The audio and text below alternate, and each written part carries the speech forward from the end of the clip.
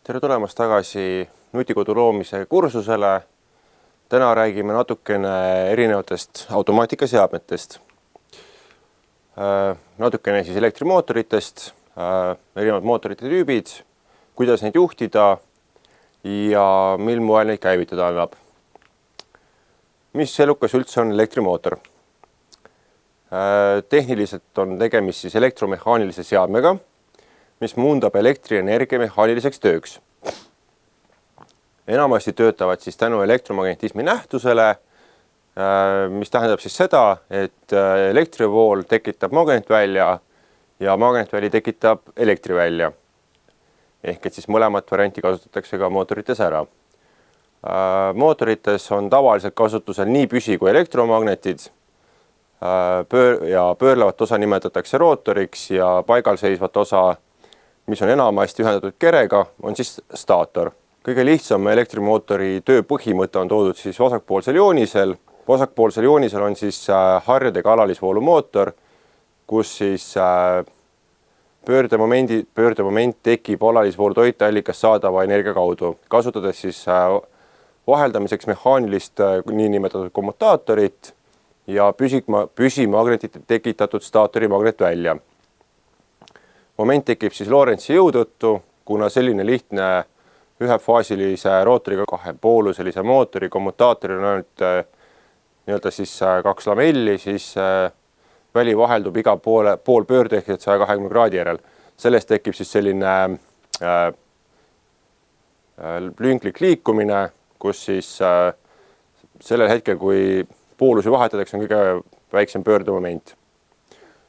Mis selle asja loogika mõte on see, et tekitatakse siis elektriväli läbi toiteallika, elektriväli tekitab siis magnetvälja ja magnetvälja poolused on siis põhimõtteliselt vastupidiselt sellele, kuidas on püsimagnetite poolused, mis paneb siis selle kontuuri, mida nüüd joonis on näha pöörlemas, liikuma siis ühest magnetist eemale teise magneti suunas. Ehk et kuna samasuunalised poolused tõukuvad ja erisuunalised tõmbuvad, siis see paneb selle kontuuri liikuma. Et see on kõige lihtsama elektrimootori näidis, kuidas üldse saab selliseid asju teha ja vahepeal ka tehakse. Aga jah, et see ei ole väga selline päriselus rakendatav mootor, kuna tema pöördemoment on üsna nõrk ja ta liikumine on niisugune lünklik. Parempoolne joonis näitab lihtsalt ära selle, ütleme, et mismoodi see põhimõtteliselt siis vasakpoolne joonis on ehitatud, mida need harjased teevad ja nii edasi. Ehk et siis need harjased muudavad mähiste voolu suunda ja muutunud voolu suuna tõttu siis muutub ka magnetvälja poolused. Ehk et see seniks kuniks on mootor nii-öelda pingestatud, jääb ka siis rootor pöörlema. Elektrimootoritel on ka jagunemine, on siis mootorid, mis töötavad alalisvooluga, kuigi kas siis mootoris sees või mingisuguse juhtplaadiga tehakse see hoopis vahelduvvoolule sarnaseks. Sellest räägime natukene täpsemalt natukene hiljem. Siis on olemas vahelduvvoolumootorid, kus siis on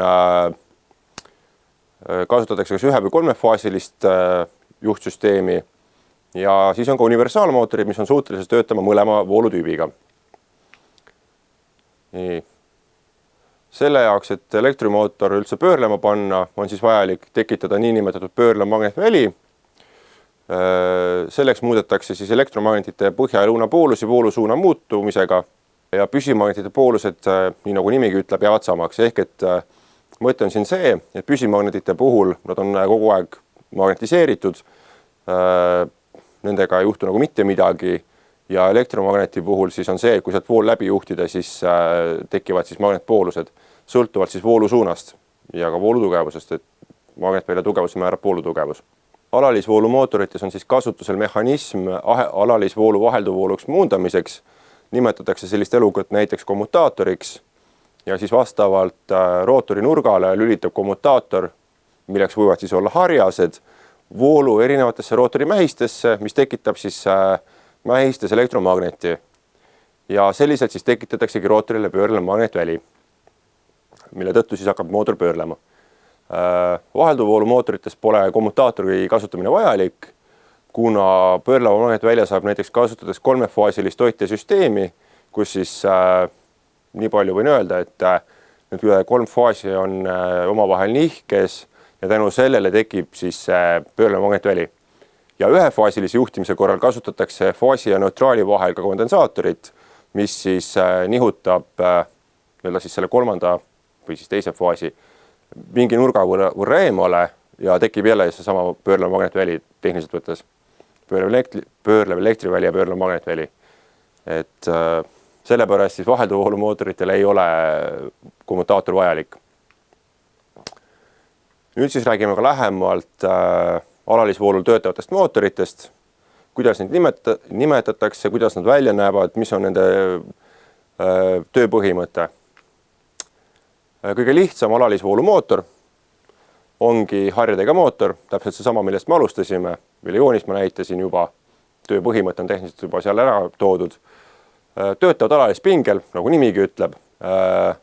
Eraldi juhtelektroonika ei ole vajalik, sest et kogu juhtimine tehakse siis tehakse mootori sees harjaste abil ja seda siis harjaseid siis nimetatakse kommutaatoriks ja mootori töötamise ajal siis 2 staatilist harja libisevad rootori pöörleval niinimetatud kommutaatoril, vahetades nii rootorile mõjuva voolu suunda ja lülitades mähiseid siis sisse-välja. Ja juhtimiseks on siis kasutusel kas relee, kui on vaja mootorit ainult ühes suunas juhtida, või H-sild, kui on vaja ka mootori siis rootori pöörlemise suunda muuta. Mootori kiiruse määrab ära siis pinge, mis mootorile antakse. Pinge ei tohiks ületada mootori nimipinget, aga kui seda pinget hakata vähendama, siis saab kiirust väiksemaks teha. Näeb selline elukas välja selline, tema erisus teistest mootoritest on see, et tema ühenduseks on ainult 2 ühenduskohta, ehk et pluss ja miinus juhtme ühendamiseks. Ja niimoodi on kohe kaugelt aru saada, et tegemist on kõige lihtsam alalisvoolumootoriga. Tema kasutuse kohad on siis näiteks mänguasjades, jooksulindid, autode lisaseadmed, kohad, kus ei ole vaja konkreetset tagasisidet, ütleme, et kui kaugele see mootor liikunud on. Et teatud kohtades kasutatakse võib-olla lõpulüliteid, näiteks autol elektrilise akna tõstuki juures, et mootor ei laseks seda akent liiga kõrgele või liiga alla, millega siis läks aken katki, aknaklaas katki, aga et muidu muus osas mingit tagasisidet sealt mootorist ei tule ja ei olegi vajadust selle järgi. Siis on olemas niisugune elukas nagu harjadeta mootor, mis siis kasutab samuti elektronkommutaatorit ja töötab püsimagnetergutusega sünkroonmootorile sarnaselt, mis elukas see on, sellest me räägime natukese aja pärast. Staatori poolidesse antakse siis vooluimpulsid sellise järjestusega, mis tekitab pöörleva magnetvälja. Põhimõtteliselt tekitatakse siis näiteks 3-faasiline juhtimine siis läbi juhtplaadi, mille tõttu siis hakkab rootor pöörlema, mis on siis staatoriga sünkroonselt, ehk et siis staatoris tekkinud pöörlev magnetväli pöörleb siis põhimõtteliselt sama kiiresti, ehk et sünkroonselt rootoriga. Ja sellest siis ka selle mootori, ehk et siis sünkroonmootori nimetus. Vajab siis juhtelektroonikat mootorile sobivate faaside tekitamiseks. Olemas on 2, 3, 4 ja enamafaasilised mootorid, aga 3-faasilised on levinumad, kuna ka vahelduvvoolumootorid töötavad 3 faasi peal. Näiteks. Ja siin on siis ära toodud, ütleme, tema väljanägemine, siseehitus, et mähiseid on rohkem kui 2 näiteks ja nii edasi, nii edasi, nii edasi. Juhtmeid tuleb päris omajagu mootori sabast välja, et selle järgi juba on aru saada, et tegemist ei ole kõige lihtsam alalisvoolumootoriga. Teda kasutatakse näiteks plaadimängijates, erinevates elektrisõidukites, puldiga juhitavates masinates ja ka droonides. Kuna tal on päris hea jõumoment, siis on hea koht, kus seda kasutada. Plus ta on hästi töökindel. et kuna ei ole harjaseid, siis ei ole midagi, mis kuluda saaks ja tänu sellele saab teda siis ka väga paljudes kohtades kasutada. Ja droonid kindlasti kasutavad just harjadeta mootoreid. Siis on veel olemas selline asi nagu SAM-mootor. Tegemist on siis pingeimpulssidega käitatav sünkroonmootor. Iga impulsi mõjul mootori rootor muudab asendit kindla nurga või siis sammu võrra. Tal on vähemalt 2 ergutusmehist, et lisaks liikuma saamisele ka suuna määramiseks. Rohkem pooluseid on väiksema nurga saavutamiseks, juhitav digitaalsete seadmetega ja eeliseks on see, et ta ei vaja eraldi asendi tagasisideandurit. Võidakse kasutada lõpplülitid käigutee piiride seadmiseks, aga samas võrreldes teiste mootoritega on tal väiksem võimsus. Mis on SAM-mootori mõte on see, et iga impulss siis ütleb ära, et kui suure nurga võrra see mootor liigub, kui neid impulsse lugeda, siis juba saab selle järgi tegelikult teada, kuhu see mootor liikunud on. Et see nagu natukene annab juba tagasisidet selle mootori töö kohta. Lõpplülitid on lihtsalt sellepärast, et vahetavahel võib impulsse kuluda rohkem, kui mootor samme teeb või vähem, siis lõpplülit on nagu selline kindlustamaks, et me ei liigu kaugemale mingisugusest käiguteest. Näeb ta siis oma olemuselt välja selline. Tüüpiliselt SAM-mootoril on siis see, et täisring, ehk et siis see üks ring, kui palju see rootor pöörelda saab, 360 kraadi on siis jagatud 200 sammuks hoopis ja ühe sammu nurk on 1,8 kraadi. Seda saab vähendada kasutades mikrosteppimist, et saada juhtimine veel täpsemaks, aga see läheb natuke kursuse teemast praegu välja, nii et sinna ma rohkem ei liigu. Aga tema kasutusvaldkonnad on kindlasti printeri pea täpseks liigutamiseks ja ka tööstusmasinates, näiteks robotite puhul on SAM-mootor üsna tavaline mootoritüüp.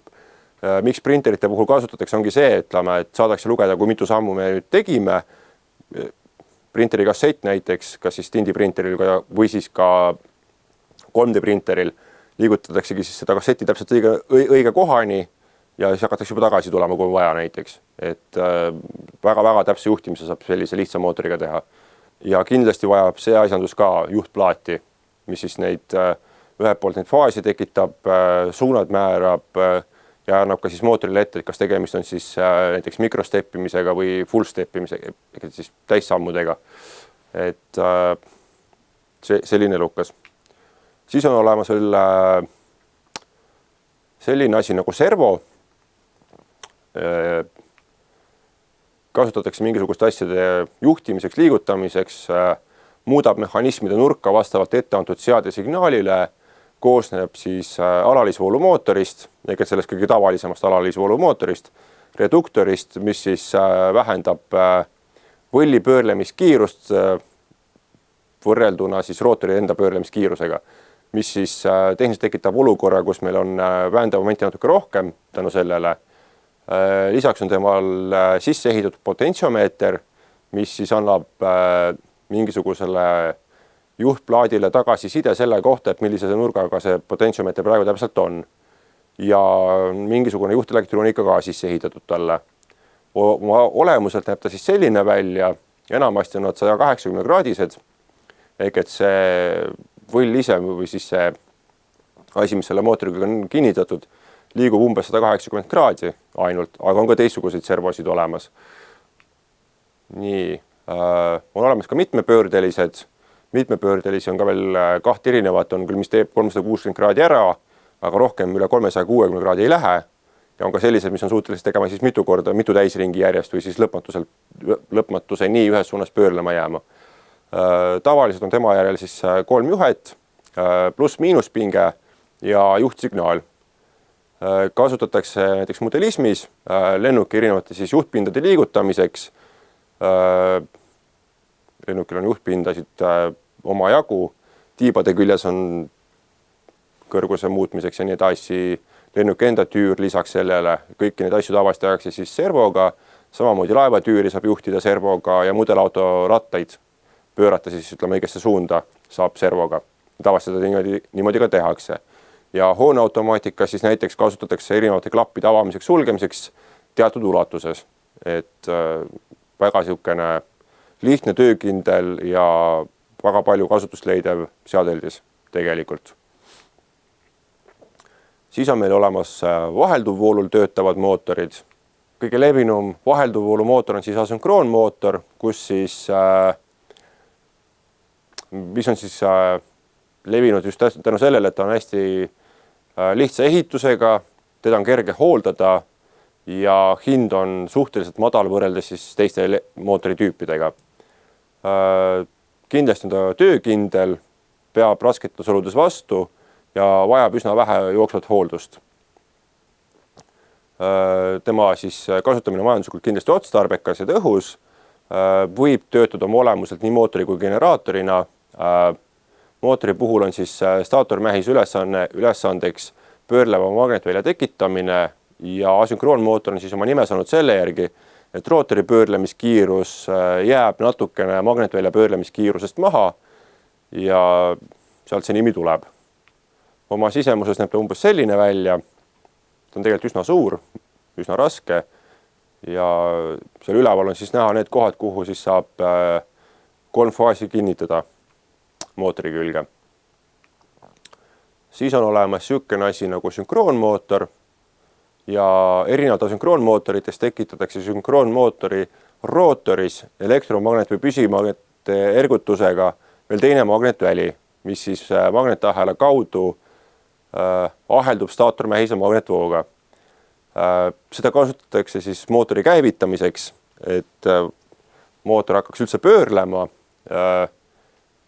Pikem tekst on selle kohta siis see, et staatori pöörlev magnetväli haarab rootori endaga kaasa ja staatorvälja siis põhjapoolused tõmbuvad rootori lõunapoolustega ja vastupidi ning rootor hakkab pöörlema staatorväljaga samal kiirusel ehk et siis sünkroonkiirusega.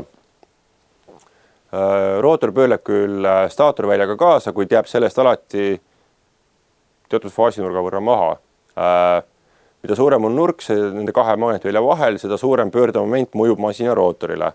See nurk on siis mootori stabiilsuspiiriks ja suuremal koormusel ei suuda mootor enam tasakaalustada koormusmomenti ning mootor langeb sünkronismist välja, tähendab see seda, et ta võib isegi seisma jääda. Aga jah, et teatud kohtade peal on ta väga oluline asi, mida kasutada.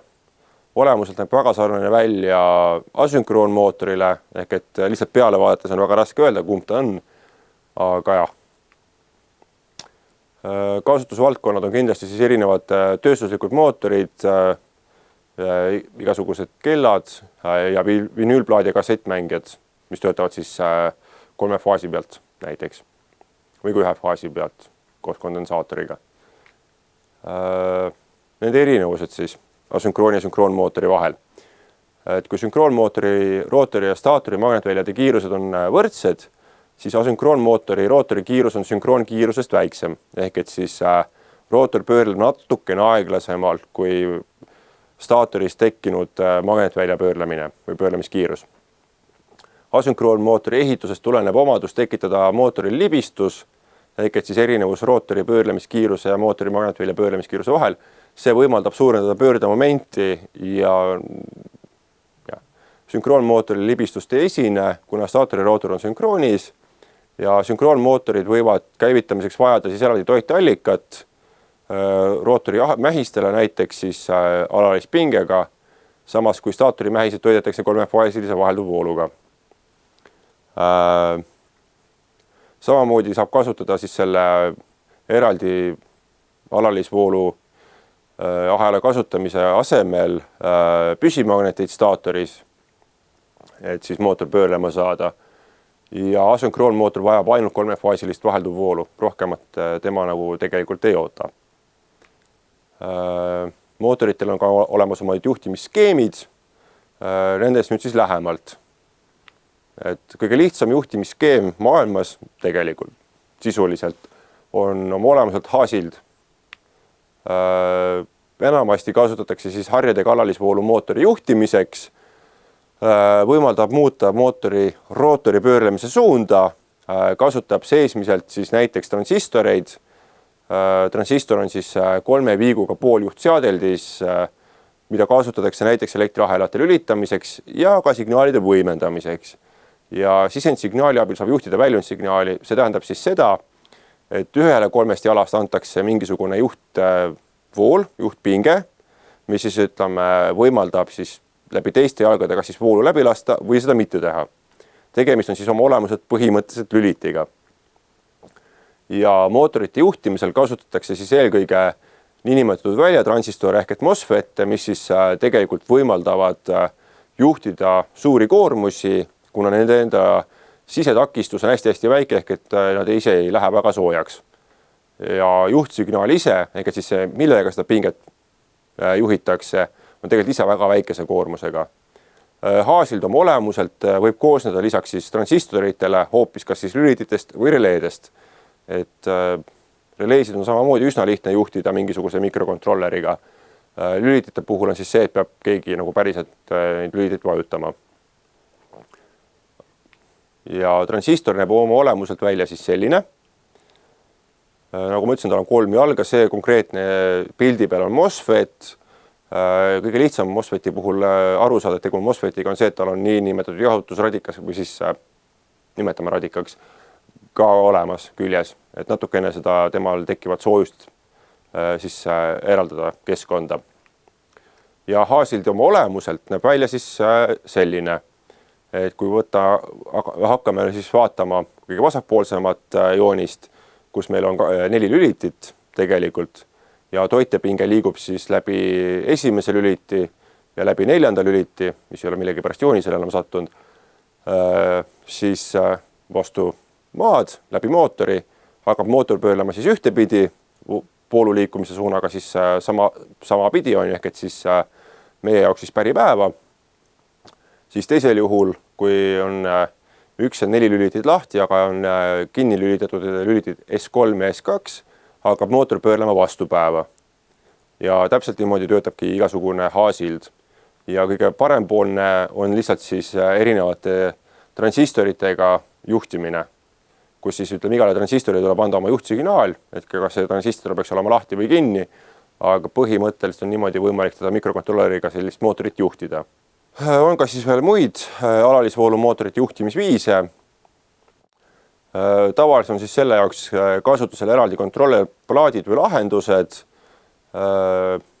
Servo puhul siis kasutatakse juhtimiseks tegelikult või siis juhtimpulsside saatmiseks sellist asja nagu on lajuti moduleerimine või siis lajuti moduleeritud signaal, impulss.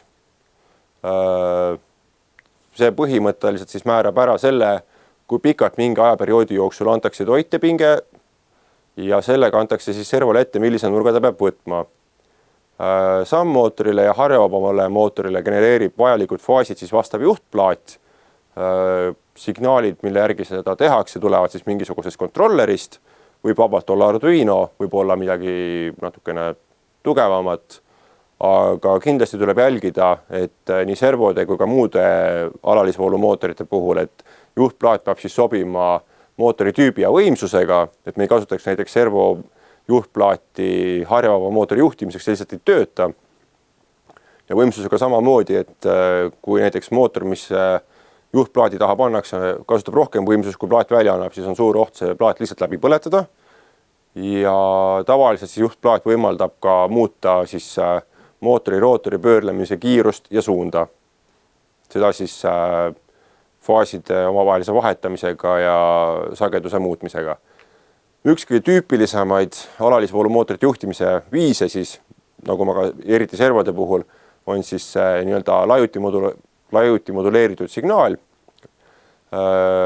Inglise keeles siis on ta pulse width modulation, lühendiga P2VM ja siin on siis joonisläheselt ära toodud, mida siis selle lajuti moduleerimise all silmas peetakse. Et rohelised püstikriipsud näitavad ära siis mingisugust ajavahemikku, mille aja jooksul me siis mõõdame seda,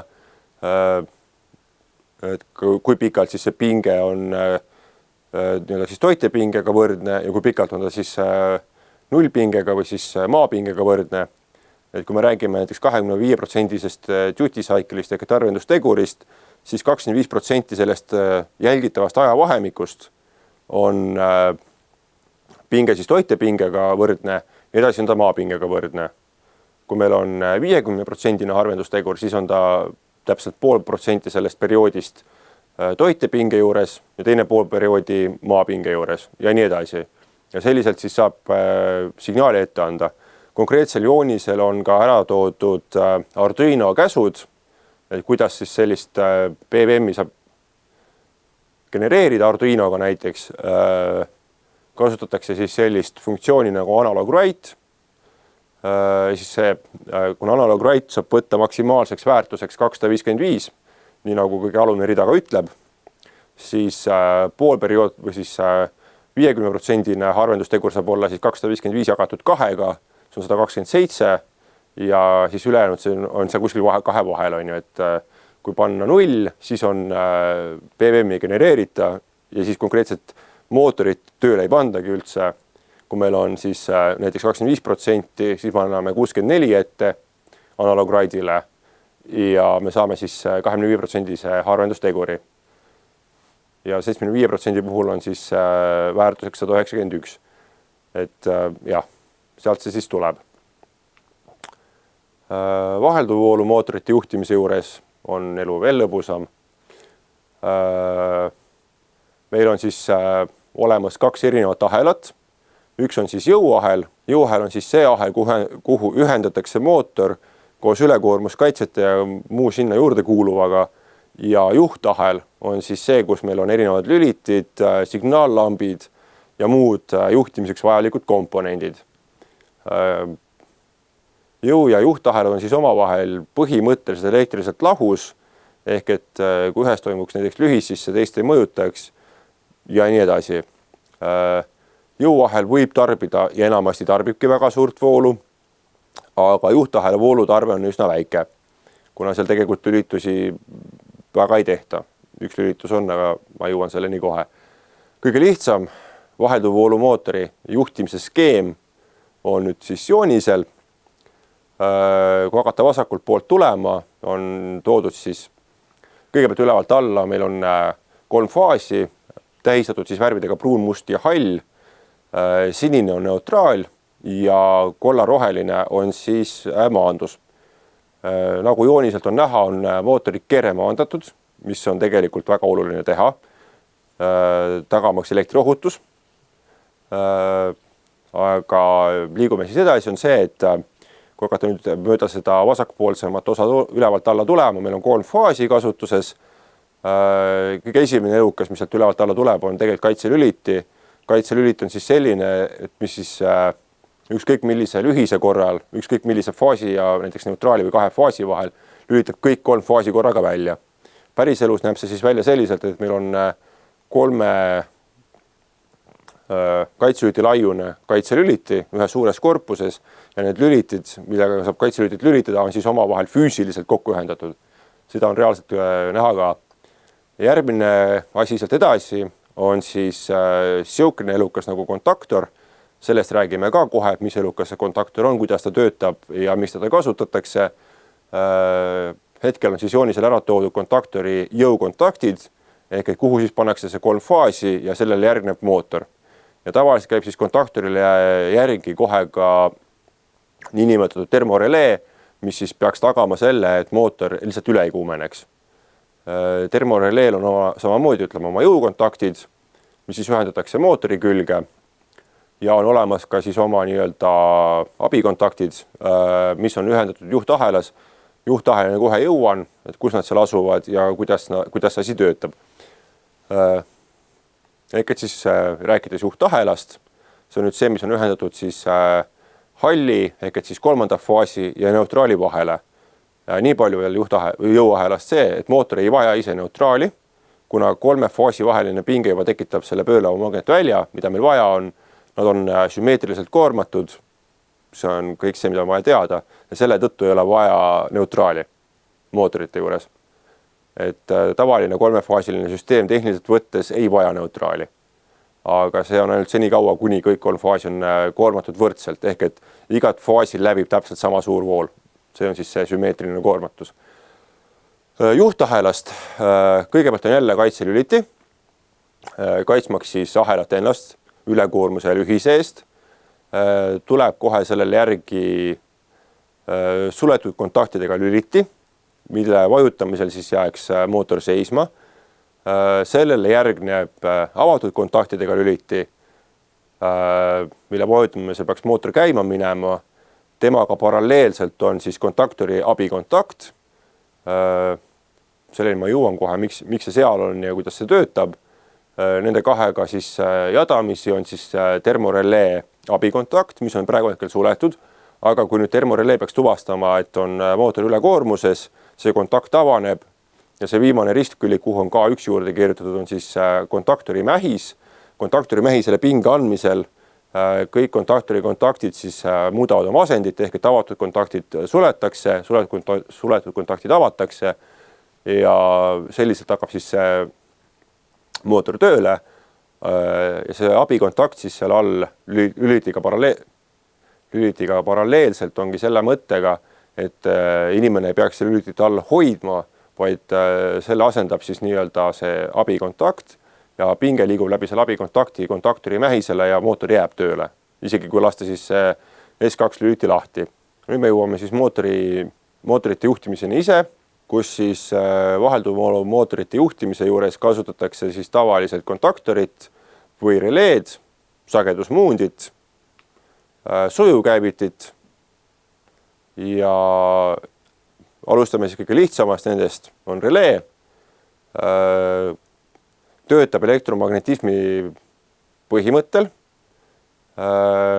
Mida see tähendab on see, et kui relee mähisele anda signaal, siis mähisega on ühenduses niisugune asi nagu ankur, millega on omakorda ühenduses erinevad kontaktid ja selliselt siis need kontaktide seisud muudetakse. Ehk et releel on olemas siis vähemalt üks avatud olekus kontakt. Nimetatakse siis normaalselt avatud kontaktiks. Tähendab seda, ütleme, et kui relee mähis on pingestamata, siis see konkreetne kontaktigrupp on avatud ja normaalselt suletud. Kontaktid on siis need, mis siis on relee pingestamata olekus juba iseenesest suletud. Nüüd, kui see relee pingestatakse, siis need kontaktid muudavad oma asendeid. Ehk et siis normaalselt avatud kontaktid sulguvad ja normaalselt suletud kontaktid avanevad. Pildil on toodud siis selline relee ja see jutt käib siis selle konkreetse relee kohta. Ehk et siis mida tähendab see komm, on siis komm on otsad, kuhu tuuakse näiteks pidev pinge, harvemal juhul pidev maa. Mis on selle mõte on see, et kui nüüd ühendada näiteks kontakti 9 külge pidev pinge ja näiteks mingisugune mootor kontakti 5 külge, siis kui nüüd relee mähisele pinge anda, mis on siis konkreetselt meie näite puhul mähis on siis 13-14 numbritega, kõik releed on alati numeratud kontaktidega, tavaliselt on ka juhtimisskeem seal peal kirjas, et kuidas seda juhtida saab. Siis nüüd, kui me anname mähisele pinge, siis kontaktid 9 ja 5 lähevad omavahel kokku ning mootor hakkab tööle, sest et mootor saab pingestatud. Ja siis päris elus näeb tavaline relee välja umbes selline ja siis tingmärk on ka kõrvale, et kuidas relee mähist joonisel siis kujutatakse.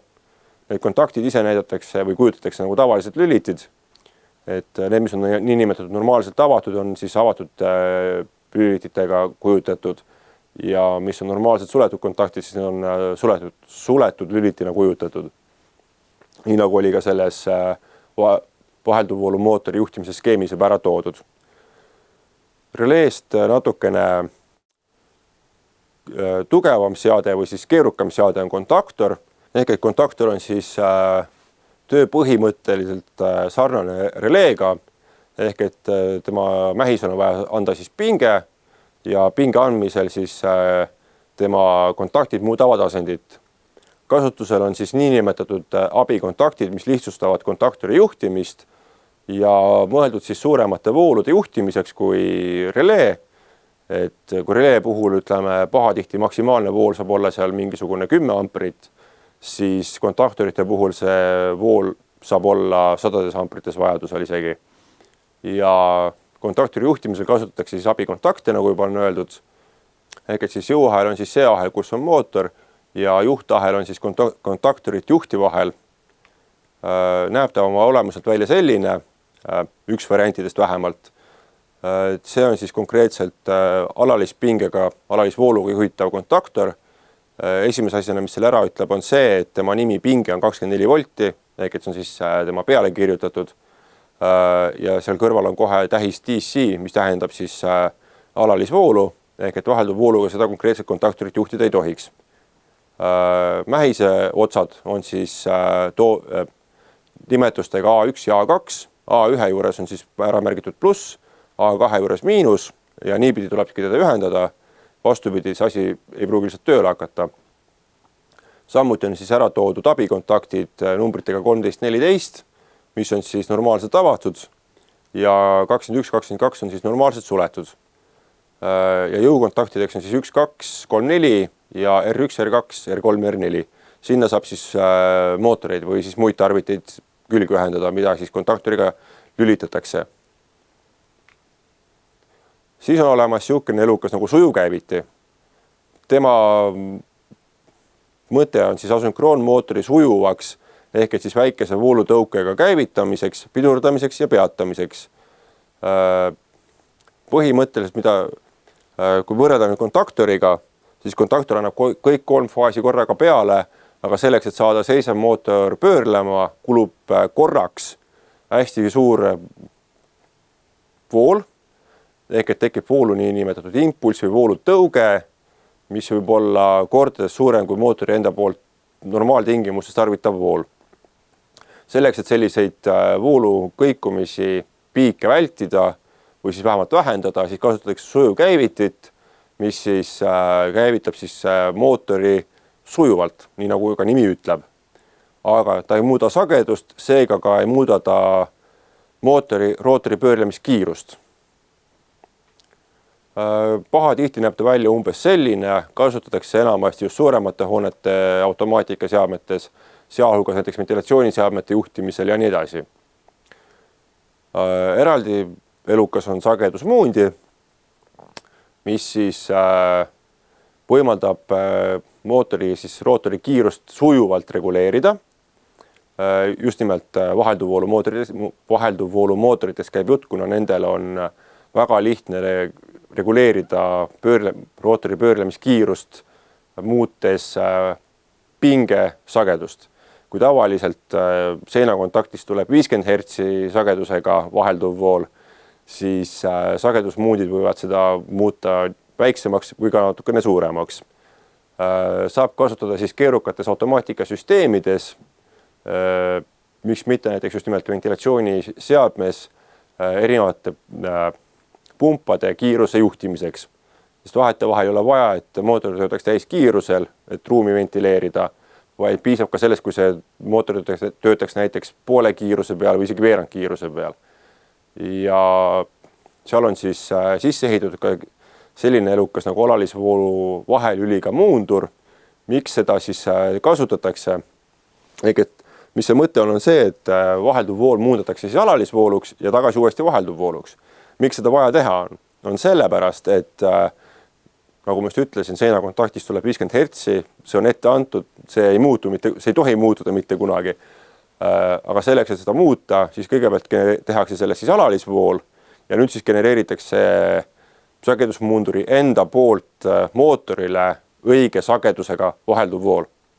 Et selle jaoks siis seda vahelüliga muundurit kasutatakse enamasti. Näeb ta enamasti välja selline või midagi sinna kanti. Need on suuremaid, need on väiksemaid.